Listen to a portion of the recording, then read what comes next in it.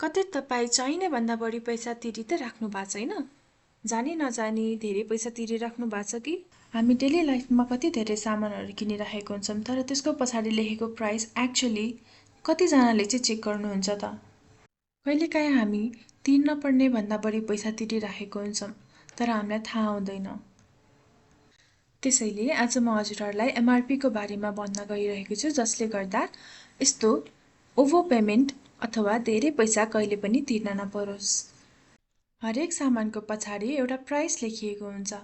के हो त त्यो प्राइस? हरेक सामान सानो होस् या ठुलो सबको पछाडि एउटा प्राइस लेखिएको हुन्छ। हो, त्यही प्राइस हो एमआरपी। त्यो एमआरपी भनेर राखिएको प्राइस यत्तिकै चाहिँ राखिएको होइन है। त्यो ऱ्यान्डम प्राइस होइन। त्यो पसलले अथवा शपकिपरले हामीलाई चार्ज गर्न पाउने म्याक्सिमम अमाउन्ट हो। हजुरहरू थरीथरीको पसल भिजिट गर्नुहोस्, थरीथरीको सामान हेर्नुहोस्, सबको पछाडि एमआरपी लेखेको हुन्छ। चाहे त्यो ठुलो पसल होस् या सानो पसल, त्यो एमआरपी लेखेको प्राइस चाहिँ हाम्रो म्याक्सिमम प्राइस हो। यो प्राइसभन्दा माथि चाहिँ कसैले पनि चार्ज गर्न पाउँदैन। तर यो प्राइसभन्दा तल चाहिँ चार्ज गर्न पाउँछ। एमआरपी भनेको म्याक्सिमम प्राइस हो, फिक्स प्राइस होइन। एउटा सानो एक्जाम्पल हेरौँ है त। जस्तो एउटा चाउचाउको प्याकेट किन्दाखेरि त्यसको पछाडि 20 रुपियाँ लेखेको छ भने हजुरलाई पसलेले अथवा शपकिपरले 25 रुपियाँ चार्ज गर्न पाउँदैन। त्यो सही होइन। हजुरले 20 रुपियाँ तिर्नुभयो भने चाहिँ त्यो चाहिँ हजुरको करेक्ट पेमेन्ट हो। अर्को सबैले देखिराखेको र फेस गरिराखेको एक्जाम्पल भनेको चाहिँ पानीको बोतल। तपाईँ चाहे होटलमा किन्नुहोस्, गाडीमा किन्नुहोस् या पसलमा गएर किन्नुहोस्, त्यसको म्याक्सिमम प्राइस भनेको एमआरपी हो। त्योभन्दा बढी चार्ज गर्न पाउँदैन।